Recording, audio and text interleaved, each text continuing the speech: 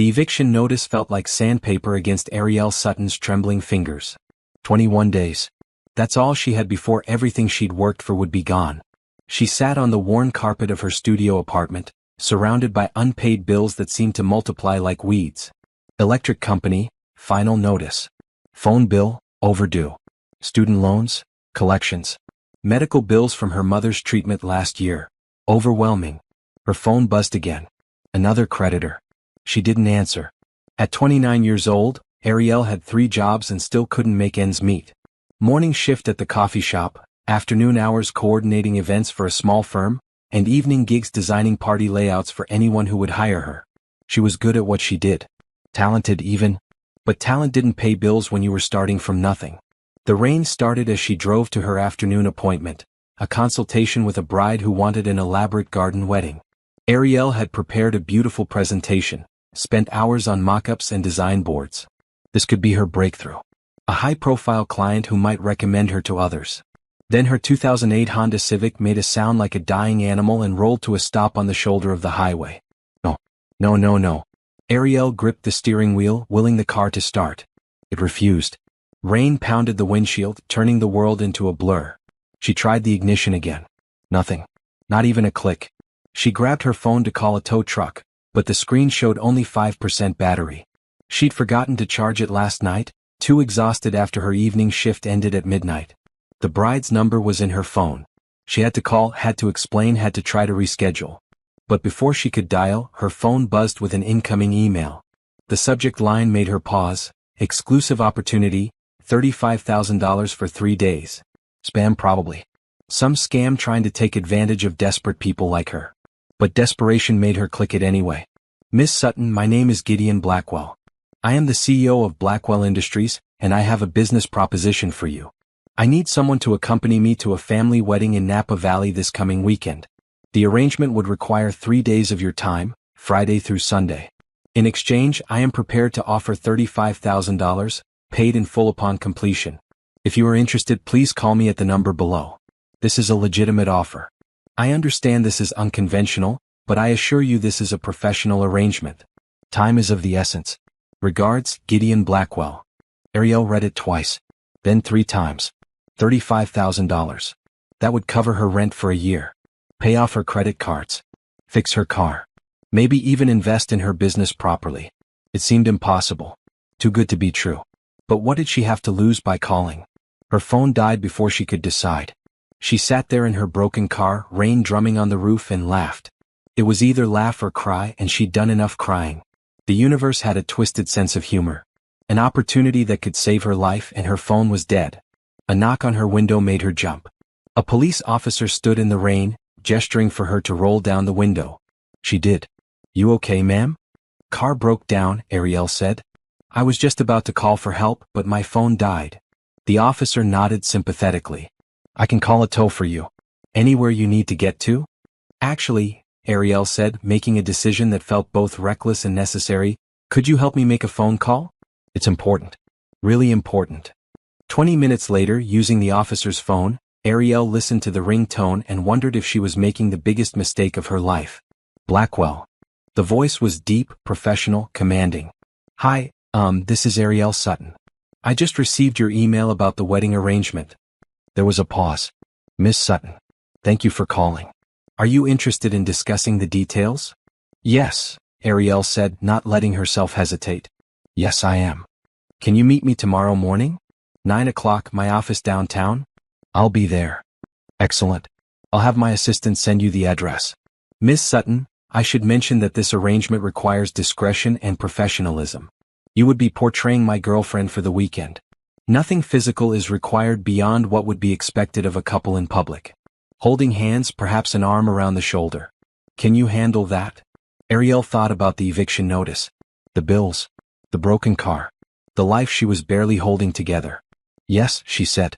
I can handle that. Good. I'll see you tomorrow at 9. The line went dead. The officer helped her arrange a tow to a nearby mechanic, even drove her home afterward. When she finally climbed the stairs to her apartment, the eviction notice was still on the floor where she'd dropped it. But now, for the first time in months, Ariel felt something that had been absent from her life for far too long. Hope. She didn't know who Gideon Blackwell was or why he needed a fake girlfriend. She didn't know if this was crazy or brilliant. But she knew she was going to that meeting. She knew she was going to say yes to whatever he asked. Because sometimes when you're drowning, you don't question the hand that reaches down to pull you out. You just grab it and hold on. Have you ever been so desperate that you'd agree to something completely out of character just to survive? What would you do if offered a life-changing amount of money for just 3 days of pretending? Drop a comment below with your thoughts, and don't forget to subscribe to see how Ariel's decision changes everything. The Blackwell Industries building towered 40 stories above the city, all glass and steel and money. Ariel stood on the sidewalk staring up at it, feeling very small. She'd borrowed a professional dress from her roommate Claire, a navy blue sheath that was a bit tight but looked respectable. Her resume portfolio was tucked under her arm, even though she wasn't interviewing for a job. She wanted to look like someone who belonged here. The lobby was all marble and modern art. Ariel gave her name to the receptionist, a polished woman who smiled professionally and directed her to the elevator. 40th floor. Executive level. Her stomach churned as the elevator climbed. What was she doing? She Googled Gideon Blackwell last night, after charging her phone. The man was worth over $200 million. He owned a tech company that developed software for major corporations. He was 38, never married, rarely photographed at social events. The few pictures she found showed a tall man with dark hair and sharp features, always in expensive suits, never smiling. What could a man like that possibly need from someone like her? The elevator doors opened to a reception area that looked like something from a magazine. Another assistant, this one male and equally polished, greeted her. "Miss Sutton? Right this way. Mr. Blackwell is expecting you." They walked down a hallway with floor-to-ceiling windows overlooking the city. At the end, the assistant opened a door to an office that was bigger than Ariel's entire apartment. Gideon Blackwell stood behind a massive desk, looking at something on his computer screen. He glanced up as she entered and Ariel's breath caught. The photos hadn't done him justice. He was handsome in a sharp, intense way. Dark hair, gray eyes that seemed to see right through her, strong jaw, broad shoulders. He wore a charcoal suit that probably cost more than her car. But it was the way he carried himself that struck her. Like someone who had never questioned his place in the world. "Miss Sutton." He came around the desk, extending his hand. "Thank you for coming." His handshake was firm, professional. Up close, she noticed fine lines around his eyes, a small scar on his chin. He was human, not just a photograph. "Please sit." He gestured to a leather chair across from his desk. Ariel sat, trying to look more confident than she felt. Gideon returned to his chair, folding his hands on the desk. "I appreciate your discretion in coming here," he began. "I'm sure you have questions." "A few," Ariel admitted. "Starting with why you need to hire someone for this." Gideon's expression didn't change, but something flickered in his eyes. "Direct. I appreciate that. The simple answer is that my sister is getting married this weekend. My family has certain expectations about my personal life that I have not met. They believe I work too much, that I'm closed off, that I need to settle down. My Aunt Patricia, who helped raise us, has been particularly insistent." "So you want to bring a fake girlfriend to prove you're capable of a relationship?" "Essentially, yes." He pulled a folder from his desk drawer and slid it across to her. "This is a standard non-disclosure agreement. If you agree to this arrangement, you cannot discuss it with anyone during or after. The contract inside outlines the terms. 3 days, Friday through Sunday.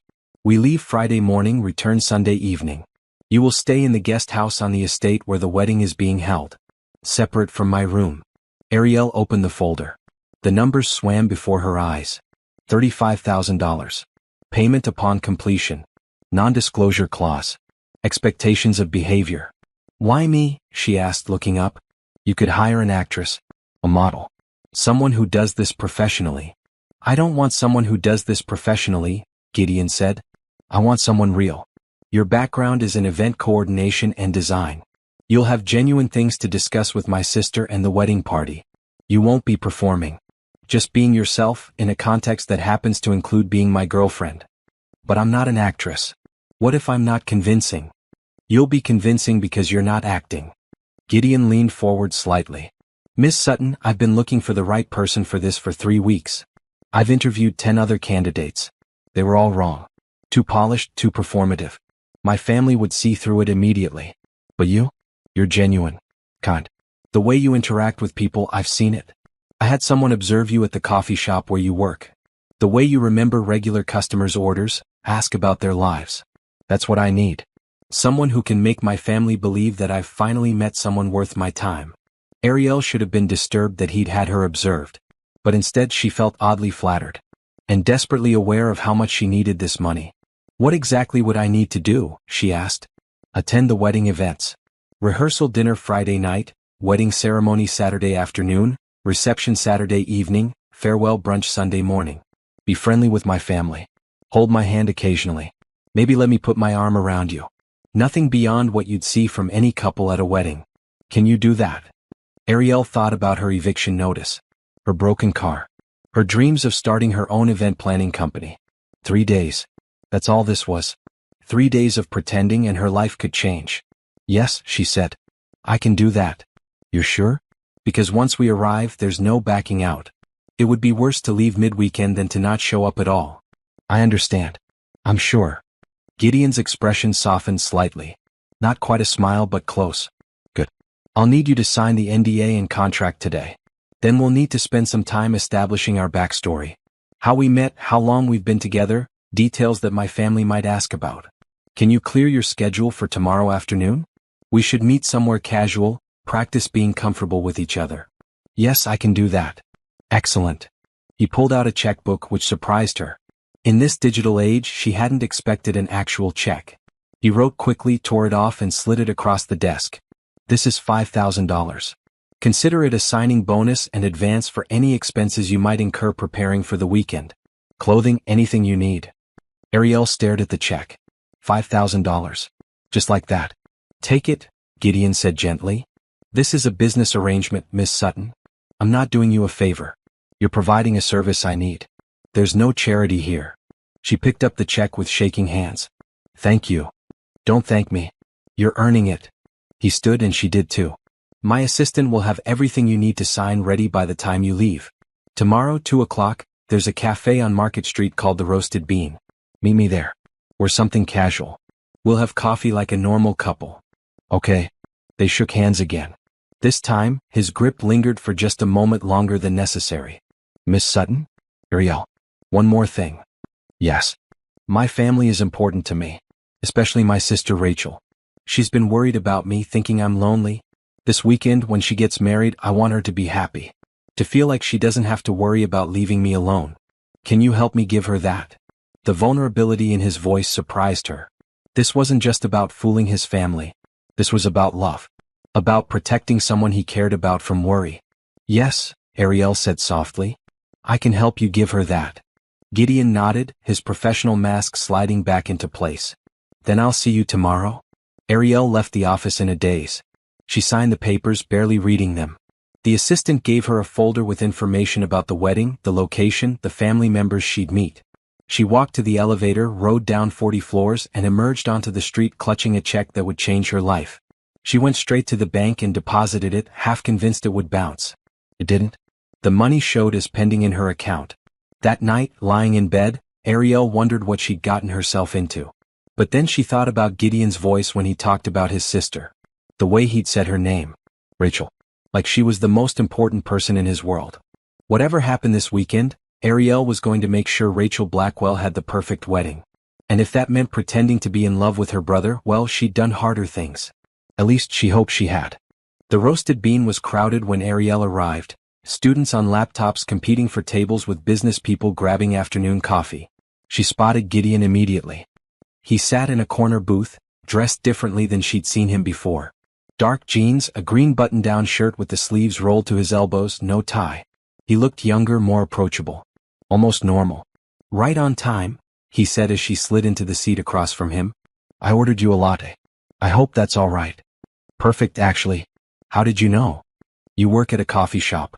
I made an educated guess. He smiled, and the expression transformed his face completely.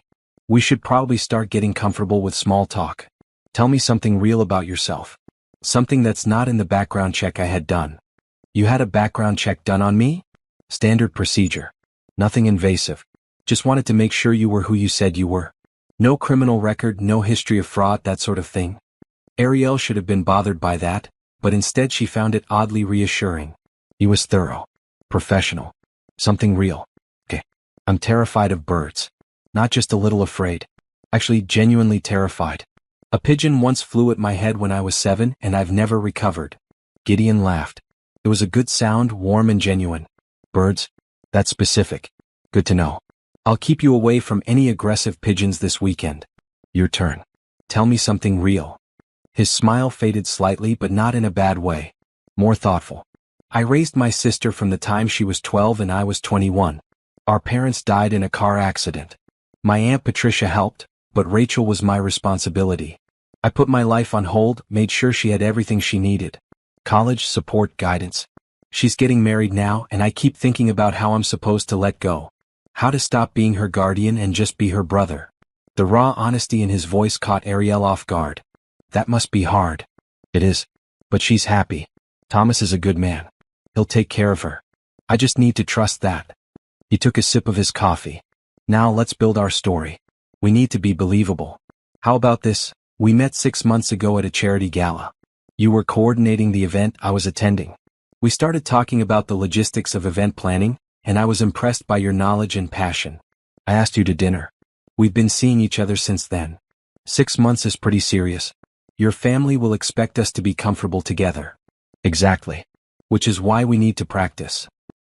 He reached across the table and took her hand. His palm was warm, his grip gentle but sure. See? Not terrible, right? Ariel's heart did a small flip. His hand felt nice. Too nice. Not terrible. Good. Because we'll be doing a lot of this. My Aunt Patricia is observant. She'll notice if we seem awkward or uncomfortable. We need to look like people who care about each other. They spent the next hour crafting their relationship story. Where they'd gone on dates. What movies they'd seen together. How he'd impressed her with his knowledge of art. How she'd made him laugh with stories from her event coordination disasters. They built something that felt real even though it wasn't. You're good at this, Gideon observed. Creating narratives. It's what I do. Every event tells a story. You just have to figure out what story you want to tell. And what story are we telling this weekend? Ariel considered. 2 people who found each other despite being from different worlds. Who balance each other out. You bring stability, I bring warmth. Together, you're better than you are apart. Something flickered across Gideon's face. I like that. The conversation shifted naturally to other topics. Books they'd read, places they'd traveled, dreams they had. Ariel found herself genuinely enjoying his company. He was smart, funny in a dry way, and surprisingly easy to talk to when he wasn't being the CEO. We should go shopping, Gideon said eventually. You'll need appropriate clothes for the weekend. The rehearsal dinner is formal. The wedding is black tie optional. The brunch is casual but still upscale. I have clothes, Ariel protested even though she didn't. Not the kind he was talking about. Ariel, this isn't about charity. This is about making sure you're comfortable and confident. If you're worried about your outfit, you won't be able to focus on the role. Let me handle this. Please. The please got her. It was the first time he'd asked rather than directed. Okay, she agreed. They spent the rest of the afternoon in stores Ariel had only ever window shopped at before. Gideon had opinions about what worked and what didn't, but he listened when she said something didn't feel right. They found a deep red dress for the rehearsal dinner, a midnight blue gown for the wedding, and a soft yellow sundress for the brunch. He insisted on shoes, a clutch, even jewelry. This is too much, Ariel said, watching the total climb on the register. It's not. Trust me. He handed his card to the clerk without hesitation. Besides, you can keep everything afterward. Consider it part of your compensation. The $35,000 is already generous. You're doing me a favor I can't repay with money alone. My sister's happiness, my family's peace of mind, those are priceless. This is nothing. They loaded the bags into his car, a sleek black sedan that probably cost more than Ariel would make in 5 years. As they drove back to her apartment, she found herself relaxing in his presence. This might actually work. Friday morning, I'll pick you up at 7, Gideon said as they pulled up outside her building. The drive to Napa is about 2 hours. We'll go over any last-minute details on the way. I'll be ready. He got out, came around to help her with the bags. At her building's entrance he paused. Ariel? Thank you. For doing this. I know it's strange, but I appreciate it. You're paying me very well to do this. Still. Thank you. She watched him drive away, then carried the bags upstairs. Her roommate Claire was home, eyes widening at the designer shopping bags. Did you rob a store? Claire asked. Better. I got a weekend gig. Long story. Ariel didn't explain further. The NDA prevented it. But that night, trying on the dresses again, she caught herself smiling. Friday couldn't come fast enough. Friday morning arrived with clear skies and nervous energy. Ariel had barely slept, running through scenarios in her head. What if she said something wrong? What if his family hated her? What if she couldn't pull this off? Gideon arrived exactly at 7, looking relaxed in dark slacks and a white shirt. He loaded her small suitcase into his trunk, then opened the passenger door for her. "Ready?" he asked. "As I'll ever be." The drive to Napa Valley was beautiful, the landscape changing from city to hills to vineyards. They went over their story again, refining details. But mostly they talked about other things. His work, her dreams of starting her own company, places they wanted to travel. "Why event planning?" Gideon asked at one point. "Because I love creating moments that matter," Ariel said. "Weddings, anniversaries, celebrations. Those are the days people remember forever. Being part of making those perfect, that's everything to me. You're good at what you do. I saw your portfolio, the designs you've done. You have real talent." "Thank you. That means a lot." As they crossed into wine country, Gideon's demeanor shifted slightly. Less relaxed, more focused. "We're almost there," he said. "Once we arrive, we're a couple. No breaking character unless we're completely alone. Can you do that?" "Yes. And if at any point you're uncomfortable, truly uncomfortable, you tell me. Contract or not, your well-being matters." Ariel looked at him, surprised by the genuine concern in his voice. "I will. I promise." They turned onto a long driveway lined with olive trees. At the end sat a beautiful estate, stone and wood and glass, surrounded by vineyards. Other cars were already parked in the circular drive. The wedding weekend had begun. Gideon reached over and took her hand. "Here we go." Ariel squeezed back. "Let's give your sister the perfect wedding." They walked to the door together, hand in hand, ready to tell the most important story of their lives. Even if it wasn't true yet. The massive front door opened before they could knock. A woman stood there, early 30s, with warm brown eyes and dark hair pulled into a casual ponytail. She wore jeans and a bright coral t-shirt, and her face lit up when she saw Gideon. "You're here." Rachel Blackwell launched herself at her brother, hugging him tightly. "I was starting to worry you'd cancel at the last minute. I wouldn't miss this, Rach." Gideon hugged her back, and Ariel saw the real affection there. This was who he was when he wasn't being the CEO. "Rachel, this is Ariel Sutton." "Ariel, my sister Rachel." Rachel turned to Ariel, her smile genuine and warm. "Finally. Gideon's been so secretive about you. I was starting to think you were imaginary." "Very real," Ariel said, returning the hug Rachel immediately pulled her into. "It's so wonderful to meet you. Congratulations on your wedding." "Thank you. Come in, come in." Everyone's out on the terrace. Thomas is taste-testing wine for the reception, and Aunt Patricia is reorganizing the seating chart for the millionth time. Rachel grabbed Ariel's hand, pulling her inside. "I want to hear everything about how you two met." Gideon's been incredibly vague on the phone. The house was stunning. High ceilings, exposed beams, windows everywhere letting in natural light. They walked through a living room with comfortable furniture and family photos on every surface. Ariel caught glimpses of younger versions of Gideon and Rachel, frozen in happier times. The terrace overlooked rolling vineyards, the vines heavy with grapes ready for harvest. A group of people sat around a large table, wine bottles and glasses spread before them. A man with kind eyes and sandy hair stood when they approached. "The mysterious brother arrives," he said, grinning. "Thomas Martinez. You must be Ariel. Nice to meet you." Ariel shook his hand, liking him immediately. He had an easy confidence, a warmth that complemented Rachel's energy perfectly. "And this," Rachel said, gesturing to an elegant older woman in white linen, "is our Aunt Patricia." Patricia Blackwell stood, assessing Ariel with sharp eyes. She was in her 60s, with silver hair styled perfectly and an air of authority that reminded Ariel of Gideon. This was the woman who had helped raise them, and her opinion clearly mattered. "Miss Sutton," Patricia said, extending her hand. "How lovely to finally meet the woman who has captured my nephew's attention. He's been quite private about you. Please call me Ariel. And I've heard wonderful things about you. Gideon speaks so highly of how you supported him and Rachel." Something softened in Patricia's expression. "Does he? Well, that's good to know." She turned to Gideon. "You look well. Happier than the last time I saw you." Gideon's arm slid around Ariel's waist, pulling her close. The gesture felt natural, protective. I'm happy. Very happy. The ease with which he said it surprised Ariel. He was a better actor than she'd given him credit for. Or maybe it wasn't entirely acting. Maybe some part of him was genuinely happy in this moment, surrounded by family, the pressure of his normal life temporarily lifted. Sit, Thomas said, pulling out chairs. We're trying to decide between the 2019 and 2021 Pinot Noir for the reception. You both need to weigh in. The next hour passed in a blur of conversation and laughter. Thomas was funny, telling stories about the wedding planning disasters that had Rachel playfully hitting his arm. Patricia asked thoughtful questions about Ariel's work, seeming genuinely interested in event coordination and design. Rachel wanted to know everything about their relationship, how Gideon had asked her out, what their first date was like.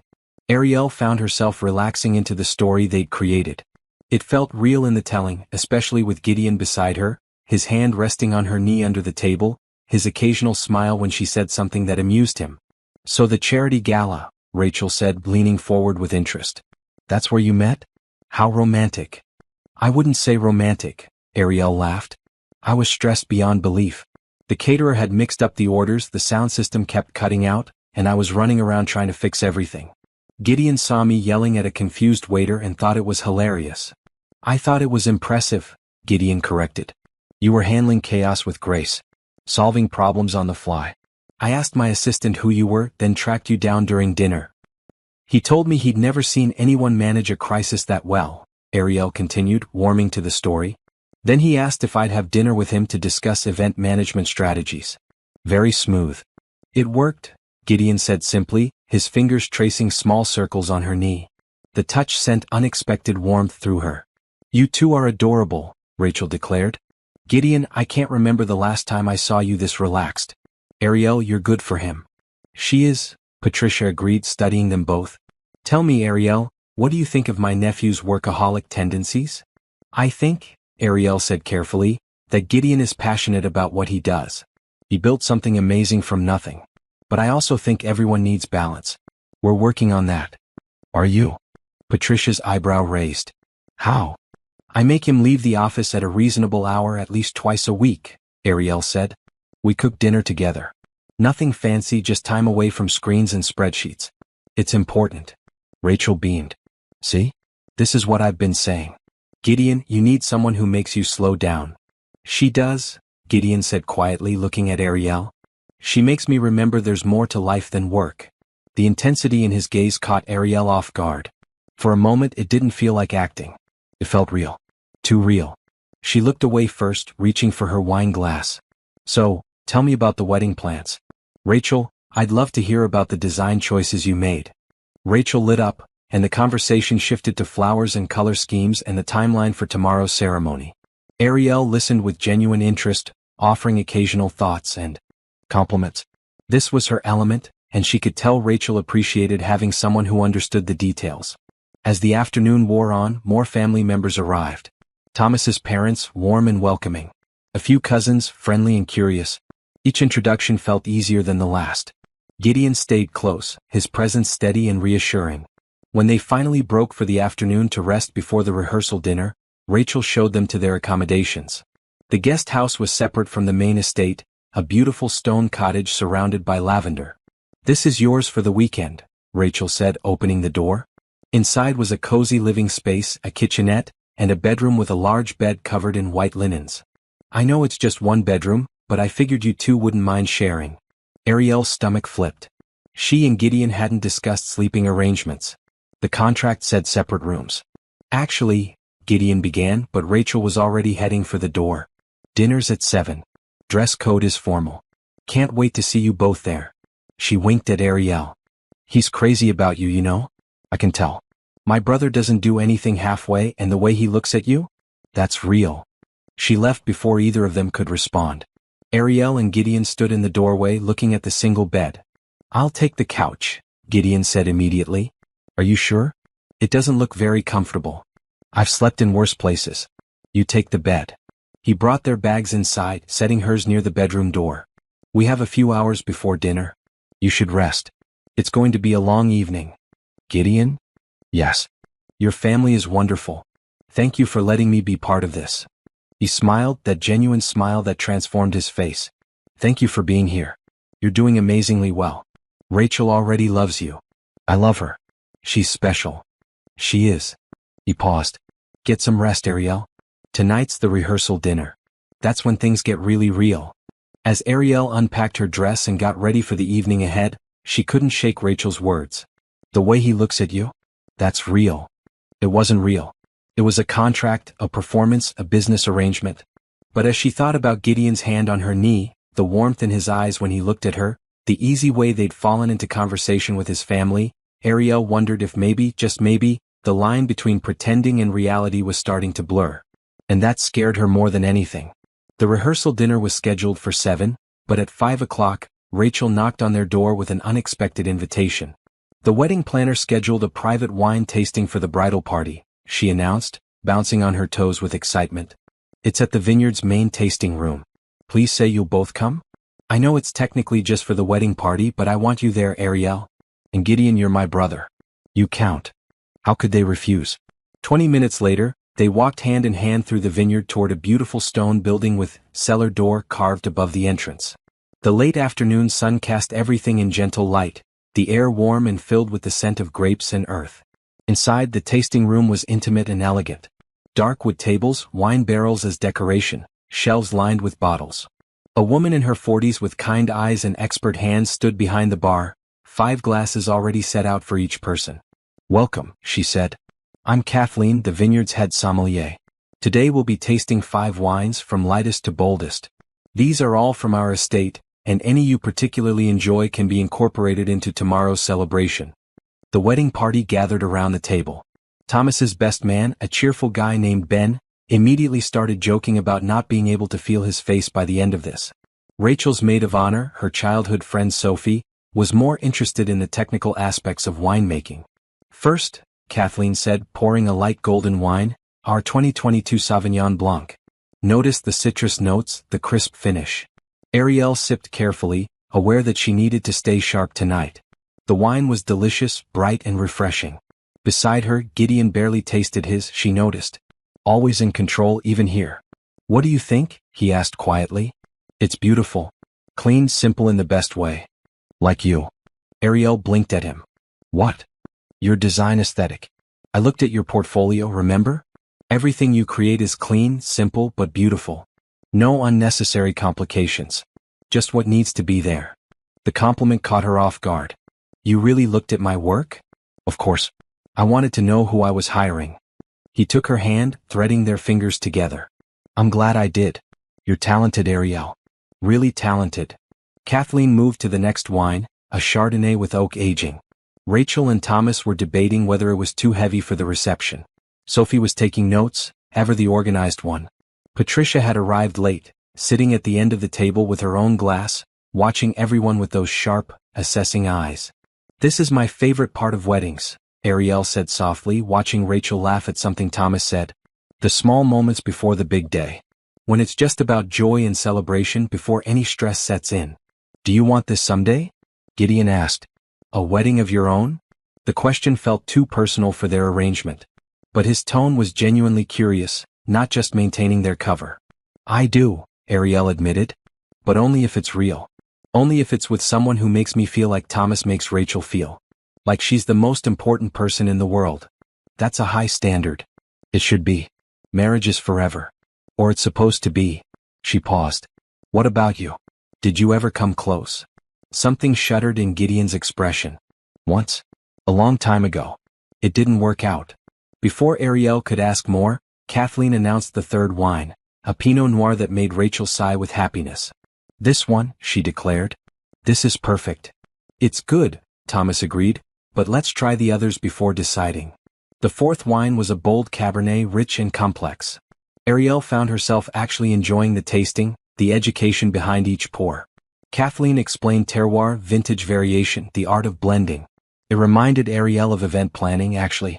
Taking individual elements and combining them into something greater than the sum of parts. You're thinking about work, Gideon observed.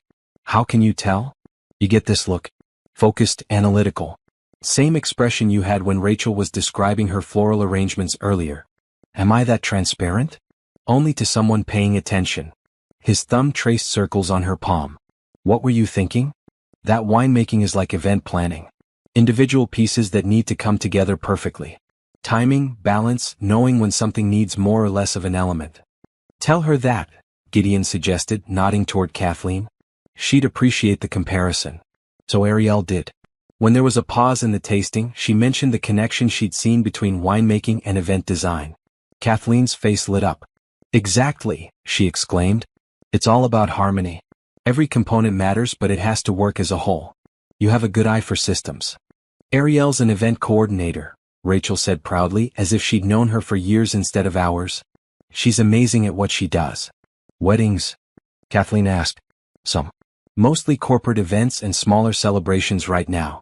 But I'd love to focus more on weddings eventually. Start my own company. You should, Sophie, the maid of honor, chimed in. Seriously, the insights you've been sharing today about Rachel's setup? You know your stuff. Pride bloomed in Ariel's chest. These people didn't know her, had no reason to be kind, but they were anyway. Because they thought she mattered to Gideon and Gideon mattered to Rachel. The fifth and final wine was a dessert wine, sweet and golden. As they sipped, Thomas stood up, glass raised. Before we head to dinner, I want to say something, he began. Rachel, tomorrow I get to marry my best friend. The woman who makes me laugh every day, who supports my dreams, who makes me want to be better. But tonight, I want to thank the person who made you who you are. He turned to Gideon. Your brother raised you when he was barely an adult himself. He sacrificed his own life to give you everything you needed. Rachel, you're the woman you are because of Gideon. And Gideon, I promise I'll take care of her the way you have. She'll always be loved. Rachel was crying. Happy tears, but tears nonetheless. Gideon stood, pulling his sister into a hug. You're not losing me, Rachel whispered, loud enough for Ariel to hear. You know that, right? You'll always be my big brother. I know, Rach. I'm not losing you. I'm gaining Thomas. And I'm grateful for that. Patricia was dabbing her eyes with a handkerchief. Ben, the best man, cleared his throat loudly, clearly moved. Even Sophie looked emotional. Ariel felt like an intruder on something private and beautiful. But then Gideon looked at her over Rachel's shoulder, and his expression said, thank you for being here. Like her presence mattered. Like she belonged. When they finally walked back to the guest house to change for dinner, the sun was setting, painting the vineyards gold and pink. That was beautiful, Ariel said. What Thomas said. Your sister is lucky to have both of you. I'm the lucky one, Gideon replied. Rachel saved me as much as I saved her. After our parents died, I had a purpose. Someone who needed me. Without her, I would have just worked myself to death probably. She gave me a reason to live, not just exist. The rawness in his voice made Ariel's chest tight. You're a good man, Gideon Blackwell. Am I? Sometimes I wonder. I'm so focused on work, on building something, that I forget about everything else. Everyone else. Not everyone. Not Rachel. No. Not Rachel. He stopped walking, turning to face her. Ariel, I need to tell you something. Her heart stuttered. What? This weekend being here with you, it's easier than I expected. You make this feel natural. Real. I'm grateful for that. I'm just doing what you hired me to do. No, you're doing more. You're being kind to people you don't know. You're making my sister happy. You're making me feel less alone. Ariel didn't know what to say to that. The intensity in his eyes, the vulnerability in his voice, it all felt too real. This was supposed to be pretend. A job. A contract. We should get ready for dinner, she finally said. Patricia strikes me as the type who appreciates punctuality. She is. Come on.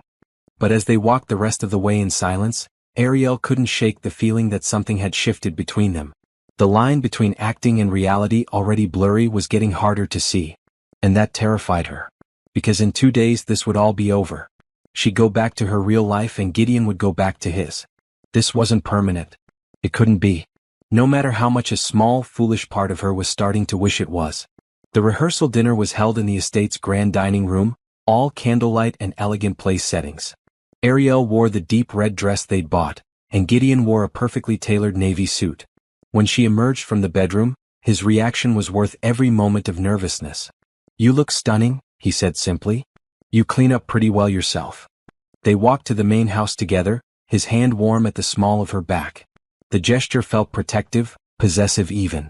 She wondered if he realized he did it or if it was just part of the performance. The dinner table sat 20 people. Rachel and Thomas at the head, Patricia to Rachel's right, Gideon and Ariel to Thomas's left. The other seats filled with family and close friends, all dressed beautifully, all radiating happiness. Before we begin, Patricia announced, standing with her wine glass raised, I want to welcome everyone to this celebration. Rachel, Thomas, your love brings all of us together. Tomorrow you begin a new chapter, but tonight, we celebrate the journey that brought you here. Everyone drank to that. The servers brought out the first course, a delicate salad with local ingredients. Conversation flowed easily, multiple discussions happening at once. Ariel found herself talking to Thomas's mother, a sweet woman named Carmen who wanted to know everything about her son's wedding. The flowers are all locally sourced, Ariel explained, having absorbed the details from Rachel earlier. Burgundy roses, white peonies, dusty blue hydrangeas. Very romantic but grounded. Exactly what Rachel wanted. You know quite a bit about weddings, Carmen observed. It's my job. Well, part of it. I coordinate events, so I pay attention to details. Gideon mentioned you have your own business? Ariel hesitated. That wasn't technically true. I'm working toward it. Right now I work for a firm, but eventually I'd like to go independent. You should, Carmen said firmly. With your eye for detail and obvious passion, you'd be wonderful. Across the table, Patricia was talking to Gideon about his company. Business talk but not cold. More like family checking in on each other. Your last quarter's numbers were impressive, Patricia said. I saw the article in the business journal. You should be proud. Thank you. It's been a good year. And now you have other priorities too. Patricia glanced meaningfully at Ariel. That's healthy, Gideon. Your father would be proud of how you've built the company, but he'd also want you to have a life beyond work. Something flickered in Gideon's expression. I know. Do you? Because I've watched you for 17 years pour everything into providing for Rachel and building your business. But what about you? What about what you want? I have what I want. Do you? Patricia's gaze softened. I'm glad you brought Ariel. She seems good for you. Real grounded. Don't let her slip away. Gideon reached under the table, finding Ariel's hand. I don't plan to. The conviction in his voice made Ariel's breath catch. He was good at this, too good. Or maybe he meant it in the moment, even knowing it was temporary. The dinner continued through multiple courses. By the time dessert arrived, everyone was relaxed, stories flowing freely. Ben told an embarrassing story about Thomas from college. Sophie shared memories of Rachel from childhood. Even Patricia laughed, the stern exterior cracking to show genuine warmth. Ariel, Rachel said during a lull, I want to ask you something. And please be honest. Of course. How did you know Gideon was the one? I mean, he's wonderful, obviously I'm biased. But he's also work-focused and guarded and not exactly emotionally available. How did you break through that? Every eye at the table turned to Ariel. This was it. The moment where she could either sell the story completely or raise suspicion. I didn't break through anything, Ariel said honestly. I just saw him. Not the CEO, not the successful businessman. Just Gideon. A man who cared so deeply about his sister that he'd put his entire life on hold to raise her. A man who built something from nothing through sheer determination. A man who was lonely but didn't know how to stop being lonely. She glanced at Gideon, finding his eyes already on her. I didn't break through walls. I just showed up and waited until he was ready to open the door. The table was silent for a moment. Then Rachel sniffled. That's beautiful, she whispered. And so true. Gideon, you found someone who gets you. I did, Gideon said quietly, his grip on Ariel's hand tightening. I really did. But he wasn't looking at his sister. He was looking at Ariel, and the expression on his face made her heart race. Because it looked like wonder, like surprise, like he'd just realized something important. Are you watching this story unfold and feeling the chemistry between Gideon and Ariel? Don't miss what happens next. Hit that subscribe button and drop a comment telling me if you think they'll admit their real feelings or keep pretending. Your thoughts matter, and I read every single comment. The moment passed. Conversation resumed. But something had shifted between them, something real and undeniable. After dinner, the group moved to the terrace for more wine and conversation. Ariel found herself alone with Rachel for a moment, both of them looking out at the vineyard under the stars. I'm so happy Gideon found you, Rachel said. I've been worried about him for years. He gives so much to everyone else but never lets anyone give back to him. You make him happy. I can see it. He makes me happy too, Ariel said, and realized with a start that it was true. These past few days, getting to know him, seeing him with his family, It had made her genuinely happy. "Can I tell you something?" Rachel asked. "Of course." When our parents died, Gideon was in his last year of college. He had job offers from major tech companies, opportunities to travel, his whole life ahead of him. He gave all of it up to take care of me. Never complained, never made me feel like a burden. But I knew what he'd sacrificed. Rachel's voice caught. "Tomorrow, when I get married, I'm finally freeing him from that responsibility. But I need to know he's not going to be alone. That someone will take care of him the way he's taken care of everyone else. Will you do that, Ariel? Will you take care of my brother?" The weight of the request settled on Ariel's shoulders. Rachel had no idea their relationship was fake. No idea that in 2 days Ariel would walk away and Gideon would return to his solitary life. But looking at Rachel's hopeful face, hearing the love and concern in her voice, Ariel couldn't tell the truth. "Yes," she promised. "I'll take care of him." Rachel hugged her tight. "Thank you. That means everything to me." Later, walking back to the guest house, Gideon was quiet, thoughtful. They reached the door and he paused. "What you said at dinner," he began. "About seeing me, not the CEO. Did you mean that?" Ariel considered lying, maintaining the distance. But something about this night, this moment, made her want to be honest. "Yes," she said. "I did mean it. You're more than your success, Gideon. You're a man who loves his sister, who keeps his promises, who's kind even when you don't have to be. That's what I see." He looked at her for a long moment. "I see you too, Ariel. The woman who takes 3 jobs to stay afloat, who dreams bigger than her circumstances, who's kind to strangers. You're remarkable." They stood in the doorway, the space between them charged with something neither wanted to name. "We should get some sleep," Ariel finally said. "Tomorrow's a big day." "Yes, tomorrow." But he didn't move. Neither did she. The moment stretched, full of possibility and danger. Then Gideon stepped back, breaking the spell. "Good night, Ariel." "Good night." She closed the bedroom door behind her, leaning against it, heart racing. This was supposed to be simple. A contract, a performance, a business arrangement. But nothing about the way she was starting to feel about Gideon Blackwell was simple. And she had no idea what to do about it. The wedding day started with brilliant sunshine and perfect weather. Ariel woke early, finding Gideon already awake, working on his laptop at the small table. "You're up early," she said. "Couldn't sleep. Too much on my mind." He closed the laptop, giving her his full attention. "How did you sleep?" "Fine. The bed is comfortable." She poured herself coffee from the pot he'd already made. "What time do we need to be at the main house?" "Ceremony's at 4. Rachel wanted us there around 1 for photos. That gives us a few hours. Want to walk through the vineyards? It's beautiful out." Gideon agreed, and they spent the morning strolling the property. They talked about everything and nothing. Books they'd read, movies they'd seen, childhood memories. Easy conversation that felt natural, comfortable. "Can I ask you something?" Ariel ventured. "Last night, Patricia mentioned your father. You don't talk about your parents much." Gideon's expression clouded slightly. "There's not much to tell. Dad was a software engineer, Mom was a teacher. They were good people. Regular, normal. They died when a drunk driver ran a red light. One moment they were here, the next they weren't. I'm sorry. It was a long time ago. But sometimes I wonder what they'd think of how things turned out. If they'd be proud of what I built, or disappointed that I gave up so much to do it." "They'd be proud," Ariel said with certainty. "How could they not be?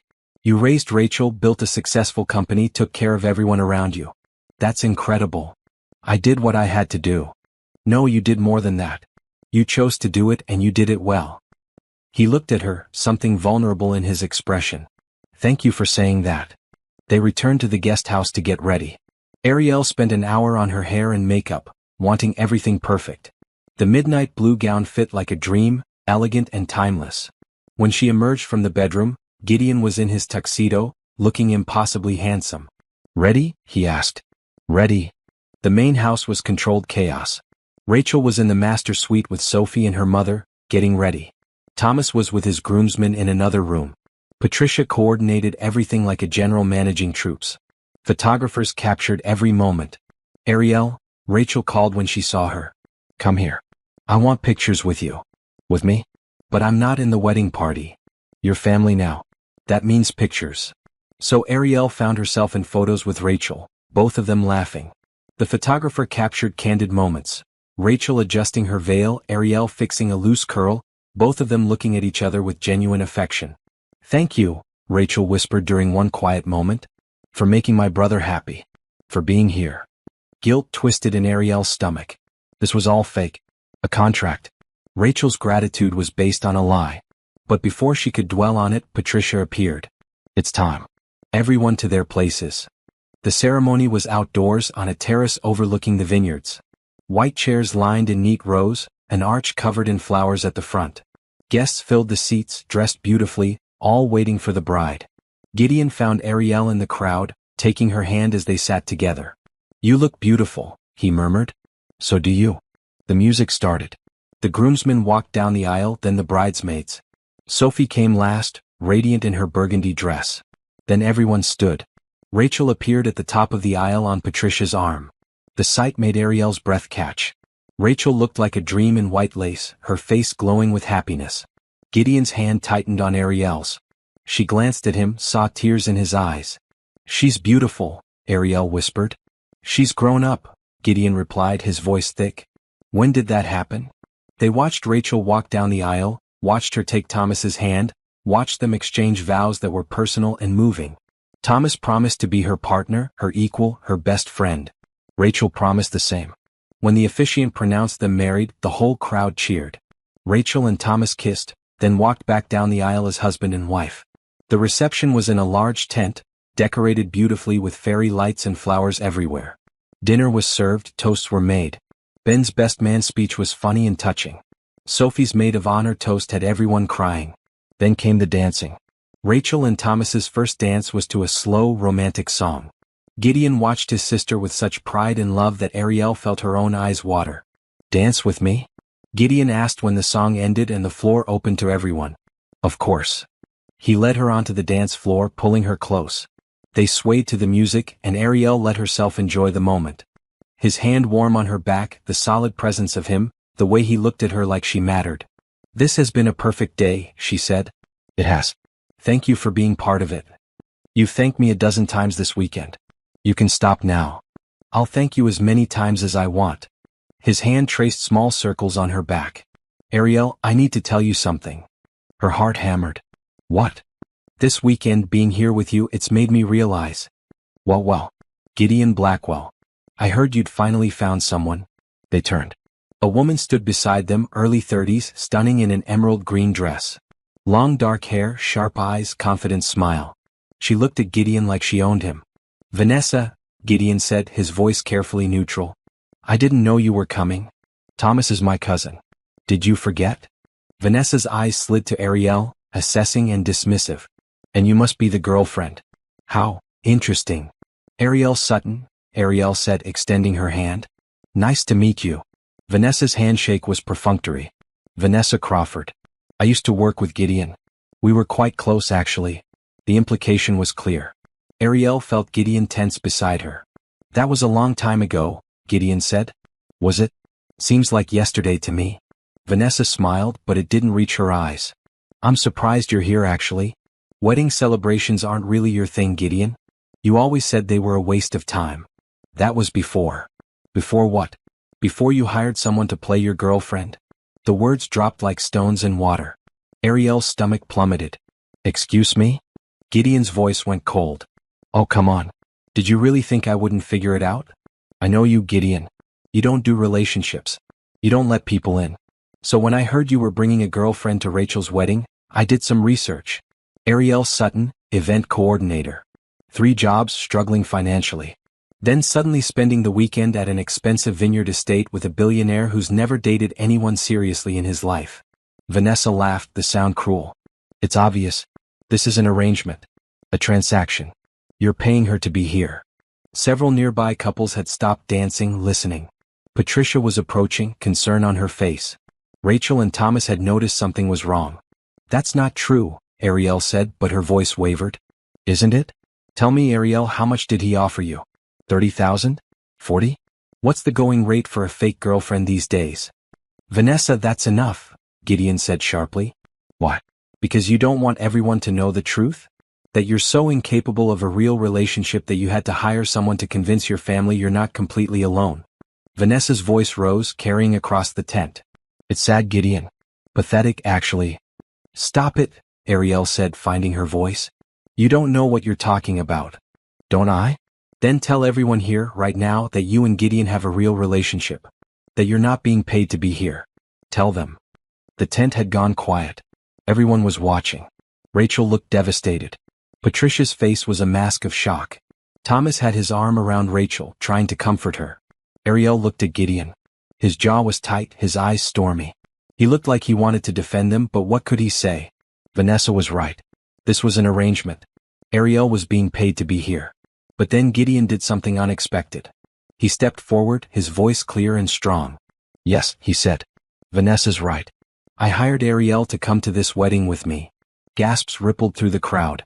Rachel made a small hurt sound. Patricia closed her eyes. But, Gideon continued, his voice rising, what started as a business arrangement became something I never expected. Ariel, over these past few days, you've shown me what it means to be truly seen. Not as a CEO, not as Rachel's brother, but as just me. You've made me laugh, made me think, made me want to be better. And somewhere between the contract and this moment, I fell in love with you. The tent was dead silent. Ariel stared at him, unable to breathe. I'm sorry, Rachel, Gideon said, turning to his sister. I'm sorry I lied. I was scared you'd worry about me after the wedding, scared you wouldn't feel free to start your new life. So I hired someone to play a role. But Ariel stopped playing the moment she got here. Everything you've seen this weekend, all the kindness and warmth and genuine care, that's real. She's real. And I'm an idiot for not realizing sooner that what I feel for her is real too. He looked back at Ariel, his eyes intense. I love you. I know I have no right to. I know this isn't what we agreed to. But it's the truth. And I'm done hiding from the truth. Ariel's eyes filled with tears. This wasn't real. It couldn't be. They'd known each other for less than a week. But the emotion in Gideon's voice, the vulnerability in his eyes, it felt real. Say something, Gideon whispered. Please. But before she could respond, Rachel spoke. Get out. Everyone turned to look at her. Rachel stood beside Thomas, tears streaming down her face. Get out of my wedding. Both of you. Now. The words hit like physical blows. Rachel's face was twisted with hurt and betrayal, tears ruining her carefully applied makeup. Thomas held her, looking between his new wife and Gideon with a mixture of sympathy and disappointment. Rachel, Gideon started, stepping toward her. Please let me explain. Explain what? That you lied to me? That you brought a stranger to my wedding and pretended she was your girlfriend? That everything this weekend was fake? Rachel's voice broke. I trusted you. I believed you when you said you were happy. I thought you'd finally found someone, that I could stop worrying about you being alone. But it was all a performance. It wasn't, Gideon insisted. Not all of it. Ariel is. A woman you paid to be here, Rachel interrupted. Don't try to make this romantic now, Gideon. You lied to your family on my wedding day. Patricia stepped forward, her expression stern but not unkind. Rachel, perhaps we should discuss this privately. This is your wedding. Don't let this ruin. It's already ruined. Rachel's voice rose. My brother hired a fake girlfriend. Everyone here heard it. Everyone knows. How am I supposed to celebrate after this? Ariel felt like she was going to be sick. This was her fault. She'd taken the money, agreed to the deception, played along. And now Rachel's perfect day was destroyed. I'm sorry, Ariel said, her voice barely a whisper. I'm so sorry, Rachel. This wasn't supposed to happen. No, it wasn't. Rachel looked at her, and the betrayal in her eyes made Ariel want to disappear. I liked you. I thought you were good for my brother. I was happy he'd found someone. But you were just doing a job. At first, Ariel admitted, tears streaming down her face now. But Rachel, everything I said about you, about your wedding, about how special this is, that was real. I wasn't pretending about that. How am I supposed to believe anything you say? Vanessa stood to the side, looking satisfied with the chaos she'd created. Other guests were whispering, some sympathetic, others scandalized. The perfect wedding had become a disaster. This is my fault, Gideon said, his voice steady despite the obvious pain in his eyes. Not Ariel's. I'm the one who created this situation. I'm the one who lied. She was just helping me because I asked her to. Because you paid her to, Rachel corrected bitterly. Yes, because I paid her to. Gideon didn't flinch from the truth. I was scared, Rachel. Scared that after your wedding, you'd spend your honeymoon worrying about me. Scared that you'd feel guilty for being happy while I was alone. I wanted to give you peace of mind even if I had to manufacture it. So you lied to me. On the most important day of my life. Yes. And I'm sorrier than I can ever express. Gideon's voice cracked. You're my sister. My responsibility. My world. I raised you, protected you, tried to give you everything you needed. But I couldn't protect you from worrying about me. So I tried to fix it the only way I knew how. By creating an illusion that would let you be happy. Patricia placed a hand on Rachel's shoulder. He was trying to help in his own misguided way. By lying? By loving you so much that he couldn't bear the thought of you being worried. Patricia looked at Gideon, her expression complex. It was wrong, but the intention came from love. Thomas spoke for the first time. Rachel, honey, I know you're hurt. You have every right to be. But this is still our wedding day. Don't let this take that away from us. How can I celebrate when my own brother lied to me? Because we love each other. Because this day is about us, not about Gideon's mistakes. Thomas kissed her forehead gently. We can be angry later. Right now, let's not give Vanessa the satisfaction of ruining our reception. At the mention of her name, all eyes turned to Vanessa. She shrugged, unapologetic. I just told the truth. If that ruined the reception, that's not my fault. You knew exactly what you were doing, Patricia said coldly. Creating drama at a family wedding because you're bitter that Gideon moved on. Moved on to a hired actress? Please. No, a voice said firmly. Ariel stepped forward, done with hiding. Moved on from you. Because clearly he had terrible taste before. Vanessa's eyes narrowed. Excuse me? You heard me. You came here tonight specifically to cause problems. Not because you care about the truth, but because you wanted to hurt Gideon. What kind of person does that? What kind of person ruins someone's wedding out of spite? I'm not the one who lied to everyone. No, you're just the one who decided to expose that lie in the most public, hurtful way possible. Congratulations. You've made a bride cry on her wedding day. You must be so proud. Vanessa's face flushed with anger, but before she could respond, Patricia spoke. I think you should leave, Vanessa. You're no longer welcome at this celebration. You can't kick me out. I'm family. Thomas? Patricia looked at the groom. Thomas didn't hesitate. Vanessa, please leave. You've done enough damage tonight. For a moment, it looked like Vanessa might argue. But seeing the unified front against her, she grabbed her clutch and stalked toward the exit. This family is ridiculous, she muttered as she left. The tent felt lighter with her gone, but the damage was done. Rachel was still crying, guests were still whispering, and the celebration had been thoroughly disrupted. I'll go, Gideon said quietly. Rachel, I'm sorry. I never wanted to hurt you. Ariel had nothing to do with this. If you're going to be angry at anyone, be angry at me. He turned to leave, but Rachel's voice stopped him. Wait. He turned back. Rachel was wiping her eyes, Thomas's arms still around her. Did you mean it? Rachel asked. What you said about falling in love with her? Or was that just part of the performance? Gideon looked at Ariel, and the emotion in his eyes was undeniable. I meant every word. I didn't plan it. I didn't expect it. But yes, I fell in love with her. And you? Rachel looked at Ariel. Do you love my brother? Or was this really just a job? This was it. The moment of truth. Ariel could lie, could say it was just business, could walk away clean. Or she could be honest about the confusing, terrifying, wonderful feelings that had been growing all weekend. I didn't come here expecting anything but a paycheck, Ariel said slowly. I took this job because I was desperate. Because I needed the money to survive. But then I met your brother. The real him, not the CEO. The man who raised his sister with such love and dedication. The man who's been alone for so long that he forgot how to let people in. The man who makes terrible jokes and drinks too much coffee and worries about everything. She looked at Gideon, her voice breaking. I didn't plan to fall for him. But I did. Somewhere between the rehearsal dinner and the wine tasting and the quiet conversations, I fell completely in love with him. And that scares me more than anything because this was supposed to be temporary. It was supposed to end on Sunday. But now I don't know how I'm supposed to walk away. The tent was silent. Then Rachel spoke, her voice small and hurt but not angry. If you love him, why did you take the money? Because I needed it, Ariel said honestly. I'm being evicted from my apartment. My car is broken down. I have 3 jobs and still can't make ends meet. When your brother offered me $35,000 for 3 days of work, I couldn't say no. I wouldn't have survived without it. But I also wouldn't trade this weekend for anything, even knowing how it ended.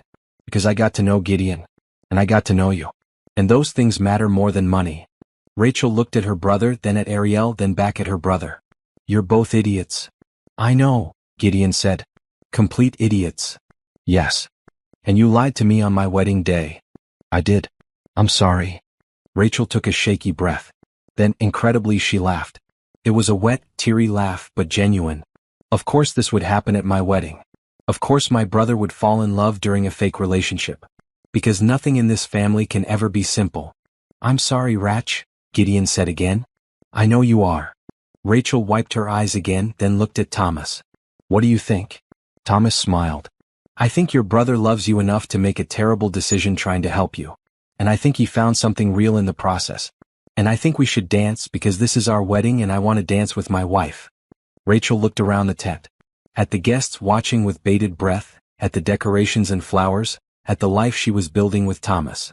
Then she looked at her brother, standing there looking lost and vulnerable in a way she'd probably never seen him before. You're still an idiot, she said. But you're my idiot. And I love you. Gideon closed the distance between them, pulling his sister into a tight hug. I love you too. So much. I'm sorry. I know. We'll talk about this more later. Right now I'm going to dance with my husband. And you're going to dance with Ariel. And we're all going to pretend like this is still a perfect wedding. Deal? Deal. The music started again tentatively at first.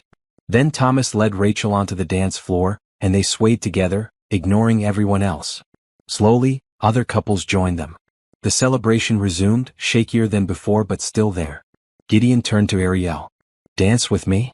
Are you sure that's a good idea? Probably not. But I don't care anymore. He took her hand. Ariel, I meant what I said. I love you. I know that's insane.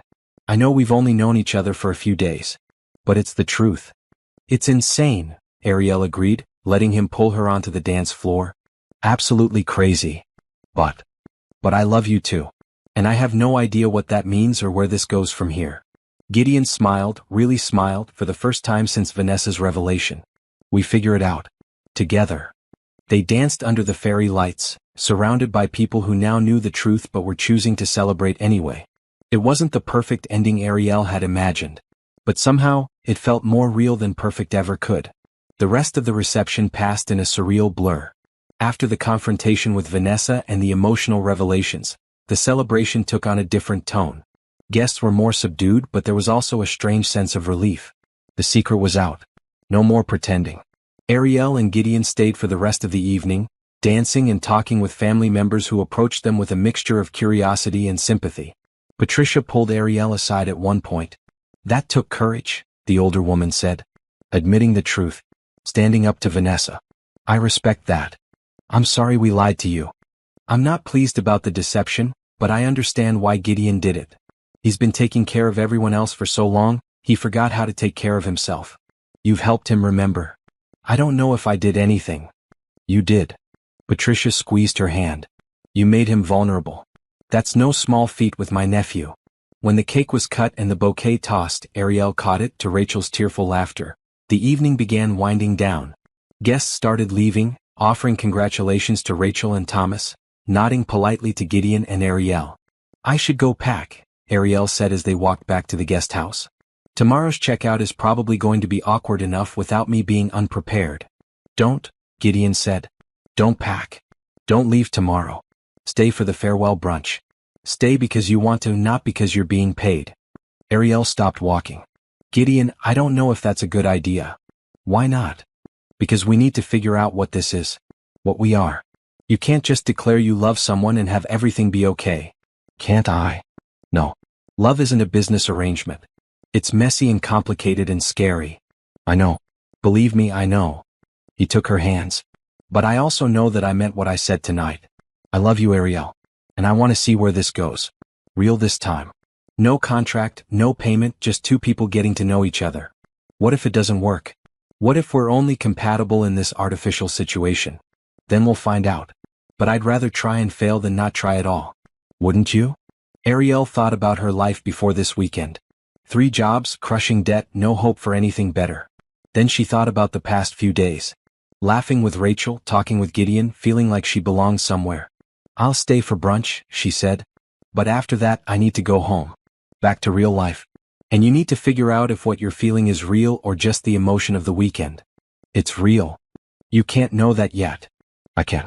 But if you need time to believe it, I'll give you that. They reached the guest house. Gideon insisted she still take the bed, despite her protests. As she lay there that night, unable to sleep, she heard him moving around in the living room, equally restless. Morning came with soft light and birdsong. Ariel showered and dressed in the yellow sundress, the last outfit from their shopping trip. When she emerged, Gideon was already dressed, making coffee. Couldn't sleep either? She asked. Too much on my mind. He handed her a cup. Ariel, about last night? Let's not talk about it right now. Let's just have a nice brunch with your family and see what happens. He nodded, though clearly he wanted to say more. The farewell brunch was held on the main house terrace, the same place they'd done the wine tasting. The morning was beautiful, warm but not hot, with a light breeze carrying the scent of grapes and flowers. Rachel and Thomas arrived looking tired but happy. The stress of last night had faded, replaced by the glow of newlyweds. Rachel hugged Gideon tightly when she saw him. I'm still mad at you, she said. But I'm also glad you found something real. Even if you found it in the weirdest way possible. Are you okay? Gideon asked. After last night, did it ruin your wedding? It definitely made it memorable, Rachel laughed. But Thomas is right. It's our story now. The wedding where the bride's brother fell in love with his fake girlfriend. We'll be telling that story for years. I really am sorry, Rach. I know. And I forgive you. Eventually. Right now I'm focused on the fact that I'm married to the most wonderful man in the world and we're leaving for our honeymoon tonight. Brunch was a spread of pastries, fruit, eggs, and champagne. The conversation was lighter than the previous night, everyone seeming to have reached an unspoken agreement to move past the drama. Patricia told stories about Gideon and Rachel as children. Thomas's parents shared embarrassing tales about their son. Even Sophie had stories about Rachel from their school days. Ariel, Carmen, Thomas's mother, said at one point, "Have you and Gideon talked about the future?" The question made everyone pause. Ariel felt heat rise in her cheeks. "Mom," Thomas said gently, "maybe not the best time." "It's a fair question," Patricia interjected. "What happens now? You're both back in the city. You've admitted you have feelings for each other. Where does that leave things?" Ariel glanced at Gideon. He looked at her steadily, leaving the answer to her. "I don't know," Ariel admitted. "This weekend was intense. Beautiful but intense. I think we both need time to process everything that happened." "Time is fine," Rachel said. "As long as you don't use it as an excuse to run away. From what I saw, you two are good together. Really good. Don't throw that away because you're scared." "Rach," Gideon started. "No, I'm serious. You've spent 17 years putting everyone else first. Taking care of me, building your company, making sure everyone around you was okay. But you never let anyone take care of you. Ariel wants to. I can see it. So let her." The earnestness in Rachel's voice made Ariel's chest tight. "Your brother and I barely know each other. You know each other well enough to fall in love. That's not nothing. It's also not enough to build a relationship on. Then build more. Go on real dates. Have real conversations. Give this a real chance." Rachel looked between them. "Life is short. Mom and Dad taught us that. You don't get infinite opportunities for happiness. When something real comes along, you grab it." The brunch continued, but Rachel's words echoed in Ariel's mind. When something real comes along, you grab it. As the meal wound down and guests started saying their goodbyes, Rachel pulled Ariel aside one more time. "I meant what I said earlier," Rachel told her. "About giving this a real chance. Gideon's special. Difficult sometimes, stubborn, way too focused on work. But he has the biggest heart of anyone I know. He deserves to be happy. And for some reason you make him happy." "He makes me happy too," Ariel admitted. "Then don't walk away. Please. I've watched my brother be alone for so long. I can't watch it anymore. Rachel, I can't make promises about the future. I don't know what's going to happen. Nobody does. That's the point. You just have to try." They hugged and Ariel felt tears prick her eyes. She'd come here expecting a simple transaction. Instead, she'd found a family, a connection, something that mattered. When it was time to leave, Gideon loaded her bag into his car. The drive back to the city was quieter than the drive up. More thoughtful. Both of them processing everything that had happened. "Ariel," Gideon said as they entered city limits, "I need to ask you something." "What?" "The money. The 35,000. Do you still need it?" The question caught her off guard. Yes, I do. My financial situation hasn't changed." "Okay. He didn't say anything more until he pulled up outside her apartment building. Then he pulled out an envelope from his jacket. "This is the payment we agreed on." Ariel took it, feeling strange. The money she'd come for, the whole reason she'd agreed to this, suddenly felt wrong in her hands. "Thank you," she said quietly. "You earned it. You did everything I asked and more. You made Rachel happy, you dealt with my family, you handled Vanessa with grace. You fulfilled your end of the contract." The word contract felt like a slap, reminding her this had started as business. "What now?" she asked. "Now I'd like to take you to dinner. Tuesday night if you're free. A real date. No contract, no payment, just us." "Gideon. Please. Give me a chance to show you this is real. That I'm serious about this. About us." Ariel looked at the envelope in her hands, then at Gideon's face. The vulnerability there, the hope, it made her want to say yes. "Tuesday," she agreed. 7 o'clock. "But pick me up here. I want to see if you can navigate my world as easily as I navigated yours." He smiled. "Deal." She got out of the car, retrieved her bag from the trunk, and walked to her building's entrance. At the door she turned back. Gideon was still there watching her. "Thank you," she called out. "For everything." "Thank you," he replied. "For seeing me." She went inside, climbed the stairs to her apartment, and opened the envelope. Inside was a check for $35,000 just as promised. There was also a note in Gideon's handwriting. "This was our agreement. But what I feel for you has nothing to do with contracts or payments. I hope Tuesday is the first of many dates. If not, know that this weekend meant more to me than I can express. You changed my life, Ariel Sutton. Thank you for that." Ariel sat on her worn couch, holding the check and the note, and cried. Happy tears, confused tears, hopeful tears. She had no idea what the future held. But for the first time in longer than she could remember, she believed the future might actually be good. The days between Sunday and Tuesday felt both endless and too short. Ariel deposited the check, paid her overdue rent, settled her most urgent bills, and finally exhaled. The financial panic that had been her constant companion for months began to ease. But another kind of panic replaced it. What if Tuesday's date was awkward? What if the connection they'd felt at the wedding didn't translate to real life? What if Gideon realized he'd made a mistake? Tuesday arrived too quickly. Ariel changed outfits 4 times, finally settling on a simple blue dress that made her feel confident. At exactly 7 o'clock, her buzzer rang. "It's me," Gideon's voice came through the intercom. "5th floor. No elevator. Hope you're ready for stairs." She heard him laugh. "I'll manage." A few minutes later he knocked. Ariel opened the door to find him slightly winded but smiling. He wore dark jeans and a green shirt, the same casual outfit from their first coffee meeting. He held a bouquet of sunflowers. "These reminded me of you," he said, offering them. "Bright and beautiful." "That's incredibly cheesy," Ariel said, but she was smiling as she took them. "I'm new to this. The real dating thing. Bear with me." She put the flowers in a glass of water, grabbed her purse, and they headed out. As they walked down the stairs, Gideon looked around at her building with genuine interest. "How long have you lived here?" 3 years. "It's not much, but it's mine. Or it will be once I finish paying off this month's rent." "It's nice. Feels like home." They went to a small Italian restaurant in her neighborhood, nothing fancy but known for good food. Over pasta and wine they talked. Really talked, without the pressure of maintaining a facade or worrying about family watching. "Tell me about your business dreams," Gideon said.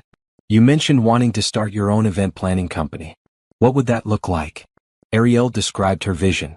Small at first, focusing on weddings and celebrations.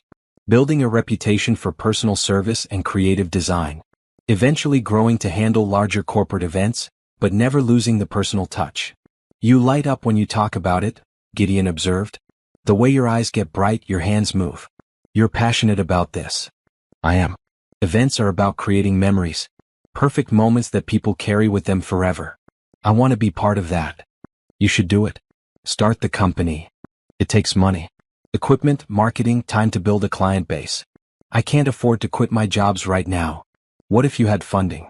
A business loan or an investor?" Ariel set down her fork. "Gideon, if you're about to offer me money, I'm offering business advice. If you had the capital, would you do it? Would you take the leap?"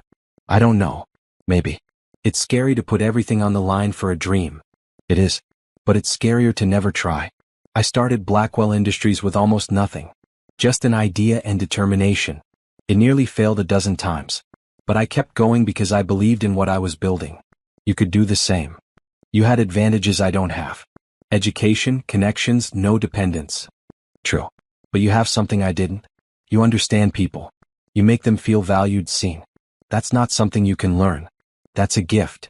The compliment warmed Ariel from the inside.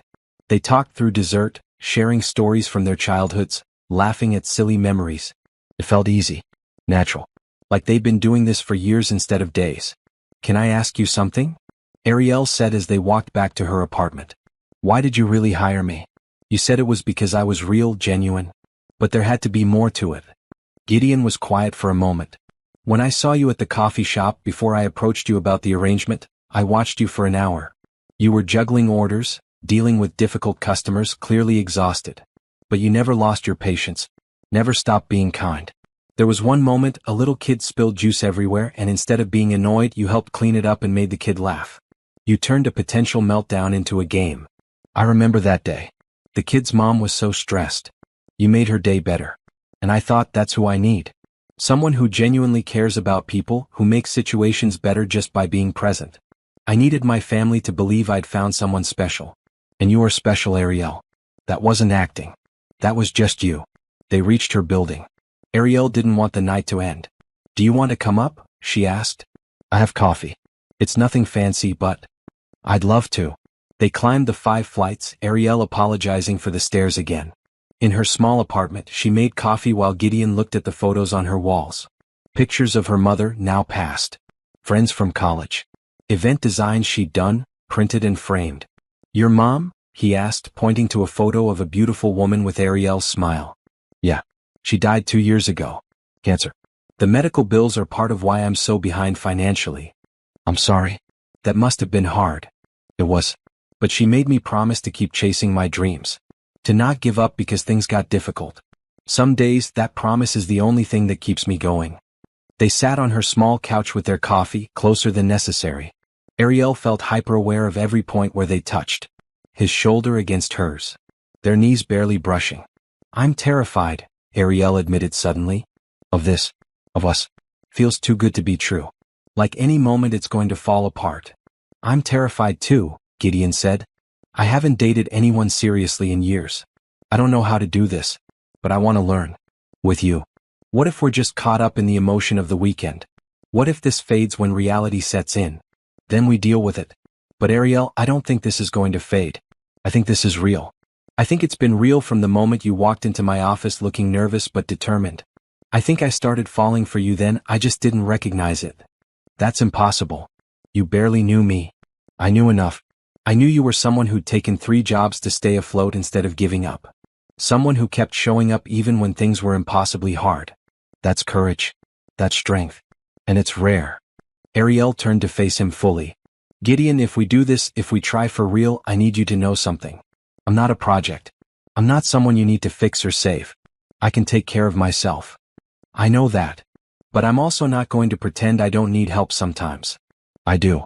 Everyone does. So if you offer me something, whether it's advice or support or even money, I need to be able to accept it without feeling like I owe you. Can you understand that? Yes. And in return, I need you to understand that I'm going to mess this up sometimes. I'm going to work too much, forget to call, get too focused on business. I'm not good at relationships. But I want to be. For you. Deal. They sealed it with a kiss. Gentle at first, then deeper. When they finally pulled apart, both were smiling. I should go, Gideon said reluctantly. It's late. You have work in the morning. I do. 3 jobs, remember? About that. He stood, pulling her up with him. I have a proposition. A real business proposition, not a fake girlfriend situation. I'm listening. Blackwell Industries hosts a lot of events. Product launches, client dinners, corporate celebrations. We currently use an outside firm for coordination. What if we used you instead? Freelance basis, competitive rates. You'd have steady work and income while you build your client base. Ariel's heart raced. Gideon, I can't take handouts. It's not a handout. It's a business opportunity. If you're not good at it, I'll fire you. But I know you will be good at it. Excellent, actually. What do you say? I say yes. And thank you. Really? Don't thank me. Just do good work. He kissed her again at the door, then left. Ariel stood in her apartment, touched her lips and laughed. This was insane. All of it. But it felt right. The next 3 months were a whirlwind. Ariel coordinated her first event for Blackwell Industries, a product launch that went flawlessly. Then a second event. A third. Word spread about her work. Other companies started requesting her services. She quit 2 of her 3 jobs, then finally quit the coffee shop too. She and Gideon dated. Real dates. Dinners, movies, walks in the park. Meeting each other's friends. Learning each other's quirks and habits. It wasn't always perfect. They had disagreements about work-life balance and communication. But they talked through them, learning as they went. 4 months after the wedding, Ariel officially launched Sutton Events. Her first major client outside of Blackwell Industries was a high-profile couple planning a summer wedding. The bride had heard about Ariel through Rachel, who'd been enthusiastically recommending her to everyone. 5 months in, Gideon asked Ariel to move in with him. She said no initially, wanting to maintain some independence. But eventually, the practical advantages and the desire to spend more time together won out. She moved into his penthouse apartment, bringing her small collection of belongings and making the sterile space feel like home. 6 months after the wedding, Rachel announced she was pregnant. The family gathered at the Vineyard estate to celebrate. Gideon and Ariel drove up together, this time as a real couple, no pretense needed. Ready to face everyone again? Gideon asked as they pulled into the familiar driveway. Ready as I'll ever be. But this time was different. No secrets, no lies.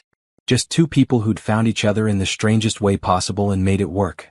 The celebration was joyful. Rachel was radiant, Thomas proud, Patricia delighted at the prospect of a great niece or nephew. When Rachel announced they were naming Patricia as godmother, the older woman actually teared up. And Ariel, Rachel said, turning to her, I'd like you to plan the baby shower. If you're willing. I trust you to make it perfect. I'd be honored. Later, standing on the same terrace where they'd first met the family, Ariel and Gideon looked out at the vineyards. A lot has changed, Ariel observed. Everything has changed. Because of you. Because of us. We did this together. Gideon turned to face her, taking both her hands. Ariel Sutton, 6 months ago I hired you to play a role. You ended up becoming the most important person in my life. You've made me happier than I knew was possible. You've taught me that being vulnerable isn't weak, it's brave. You've shown me what real love looks like. Gideon. Let me finish. I know we've only been together a short time. I know some people would say it's too soon. But I also know that I want to spend the rest of my life with you. So, Ariel, will you marry me? He pulled out a ring box, opening it to reveal a beautiful diamond that caught the sunlight. Ariel's breath caught. You're serious. Completely serious. I love you. I want to build a life with you. A real one, not a pretend one. What do you say? Ariel thought about everything that had led to this moment. The eviction notice, the desperate email, the weekend of pretending. How it had all transformed into something real and beautiful and true. Yes, she said, smiling through happy tears. Yes, I'll marry you. He slid the ring onto her finger, then pulled her into a kiss. Behind them, from inside the house, they heard Rachel squeal with delight.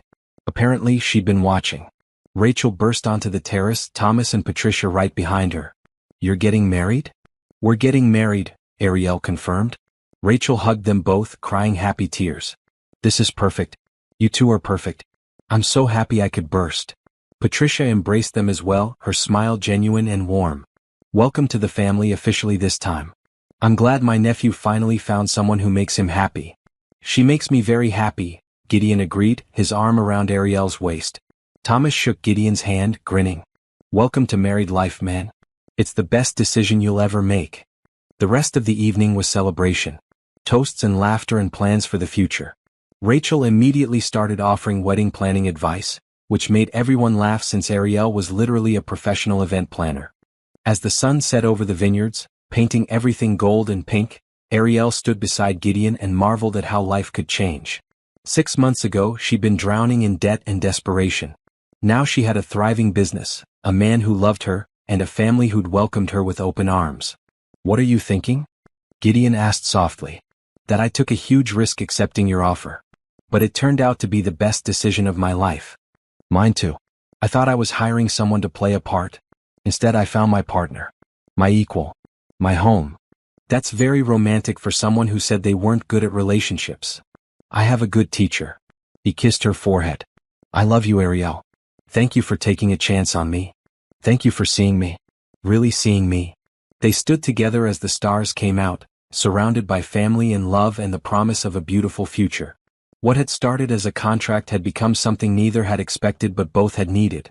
Real love, built on honesty, vulnerability, and the courage to believe that sometimes, the best things in life come from taking a leap of faith. And as Ariel looked at the ring on her finger, then at the man beside her, she knew with absolute certainty that this was just the beginning. Their story had started with pretending, but it would continue with the most honest, genuine love either of them had ever known. 6 months later, they were married in the same vineyard where they'd first played their parts. But this time, every word, every vow, every promise was completely real. Rachel and Thomas stood as attendants, their baby daughter sleeping peacefully in Patricia's arms. The celebration was joyful and perfect, filled with the same love that had first brought them together. And when Gideon and Ariel danced under the stars, surrounded by family and friends, they both knew they'd found something rare and precious. A love that had started as fiction but had become the truest thing in their lives. The contract that had brought them together was long gone, replaced by wedding vows and a future full of possibilities. But Ariel kept that first email from Gideon, the one offering her $35,000 for 3 days of pretending. It reminded her that sometimes, the most beautiful stories begin in the most unexpected ways. And that taking a chance, even when you're scared, even when it seems impossible, can lead to the greatest happiness you've ever known.